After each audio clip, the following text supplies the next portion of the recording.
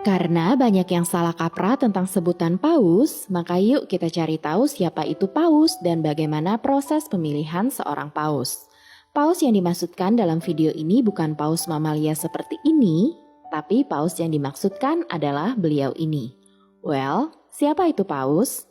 Paus adalah pimpinan tertinggi Gereja Katolik Roma atau Katolik Ritus Latin dan gereja-gereja Kristen lain yang berada dalam persekutuan penuh dengan paus. Misalnya Gereja Katolik Ritus Timur yang jumlahnya ada puluhan gereja. Selain pimpinan umat Katolik, paus juga pimpinan kota negara Vatikan. Kata paus dalam bahasa Indonesia merupakan serapan dari bahasa Belanda, sedangkan dalam bahasa Latin paus disebut papa. Kata ini berasal dari kata Yunani papas, artinya ayah atau bapa. Nah, mengapa bisa ada sosok paus dalam gereja Katolik? Awalnya Tuhan Yesus memilih 12 orang rasul. Namun dari mereka ber-12 ini Santo Petrus menjadi pribadi yang dipilih Tuhan untuk memimpin mereka. Dan Tuhan juga mendirikan gerejanya di atas Santo Petrus. Tidak hanya itu, Tuhan Yesus juga menyerahkan kunci kerajaan surga, yaitu suatu kuasa mengikat dan melepas dosa. Nah, pertanyaan selanjutnya, apa hubungan Santo Petrus dengan gereja Katolik? Santo Petrus adalah paus pertama gereja Katolik. Setelah Santo Petrus wafat, gereja Katolik tetap setia pada perintah Yesus untuk mewartakan Injil ke seluruh dunia sampai akhir zaman. Karena itu, jabatan Santo Petrus diteruskan turun-temurun tanpa putus kepada para penggantinya, hingga saat ini Paus Fransiskus menjadi Paus ke-266. Lalu bagaimana dengan para rasul lain? Jabatan para rasul diteruskan oleh para uskup di seluruh dunia. Jadi pada dasarnya Paus adalah seorang uskup Roma. Sekaligus dia adalah pemimpin dari para uskup, seperti Santo Petrus yang adalah pemimpin para rasul. Lalu bagaimana proses pemilihan seorang paus? Seorang paus baru akan dipilih hanya jika tahta paus kosong. Bisa karena paus yang sebelumnya menjabat meninggal, seperti Paus Yohanes Paulus II yang digantikan oleh Paus Benediktus XVI, atau paus yang menjabat mengundurkan diri. Contohnya Paus Benediktus ke-16 mengundurkan diri lalu digantikan oleh Paus Fransiskus. Nah, ketika tahta kepausan kosong, otoritas kepausan secara terbatas akan diberikan kepada Chamberlain kepausan atau Sekretaris Negara Vatikan.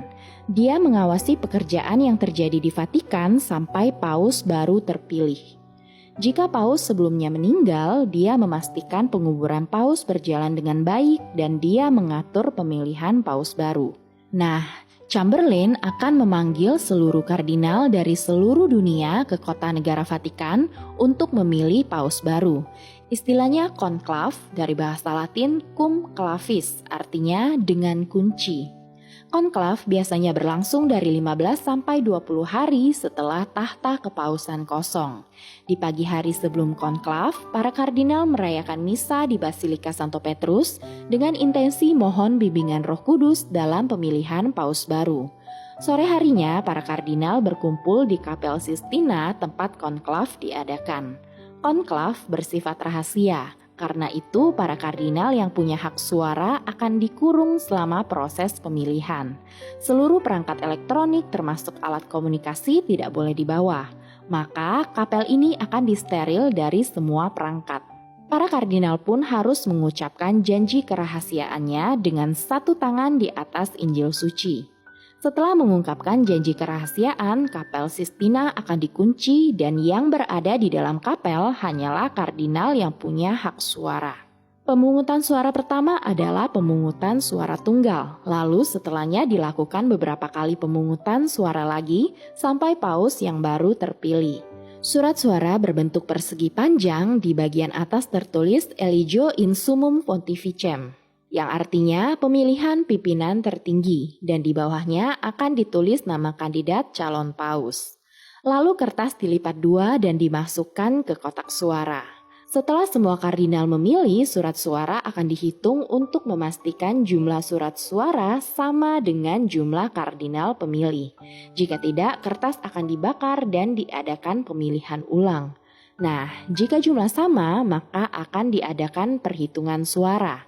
Seorang kardinal dinyatakan terpilih menjadi paus jika ia mendapat 2/3 suara dari total pemilih. Kertas pemilihan akan dibakar dan dibuat mengeluarkan asap melalui cerobong asap di puncak Kapel Sistina. Jika warna asap hitam, maka paus belum terpilih. Namun, jika warna asap putih, maka paus baru sudah terpilih. Ketika seorang kardinal terpilih menjadi paus, para kardinal pemilih bertanya kepadanya dalam bahasa Latin. Acceptance electionem de te canonice factam in summum pontificem. Artinya, apakah Anda menerima pemilihan kanonik Anda sebagai paus? Jika dia menerima, dia akan ditanya, Quo nomine vis vocari, artinya dengan nama apa Anda ingin dipanggil. Setelah dia memilih nama kepausan, nama baru itu akan ditulis dalam dokumen. Lalu paus terpilih akan mengenakan pakaian kepausan.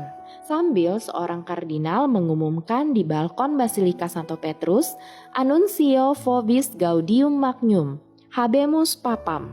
Artinya, saya mengumumkan kepada Anda kegembiraan yang luar biasa. Kita memiliki seorang paus. Paus akan tampil di balkon dan memberkati umat. The last but not least, apa syarat seorang dapat dipilih menjadi paus? Karena paus adalah uskup Roma, maka calonnya haruslah orang Katolik, berjenis kelamin laki-laki dan belum berusia 80 tahun. Jika dilihat dari sejarah, paus terakhir terpilih dengan status belum menerima tabisan uskup adalah Paus Gregorius ke-16 pada tahun 1831. Sedangkan yang belum sama sekali menerima tabisan adalah Paus Leo ke-10. Ada juga yang bukan kardinal terakhir yang terpilih adalah Paus Urbanus ke-6. Nah, jika seorang yang terpilih bukan uskup, maka dia harus menerima tabisan uskup sebelum pemilihannya diumumkan. Namun sekarang ini sepertinya syarat seorang kandidat paus haruslah seorang kardinal yang berusia di bawah 80 tahun. Itulah penjelasan tentang siapa itu paus dan bagaimana proses pemilihan paus. Thank you for watching and God bless you.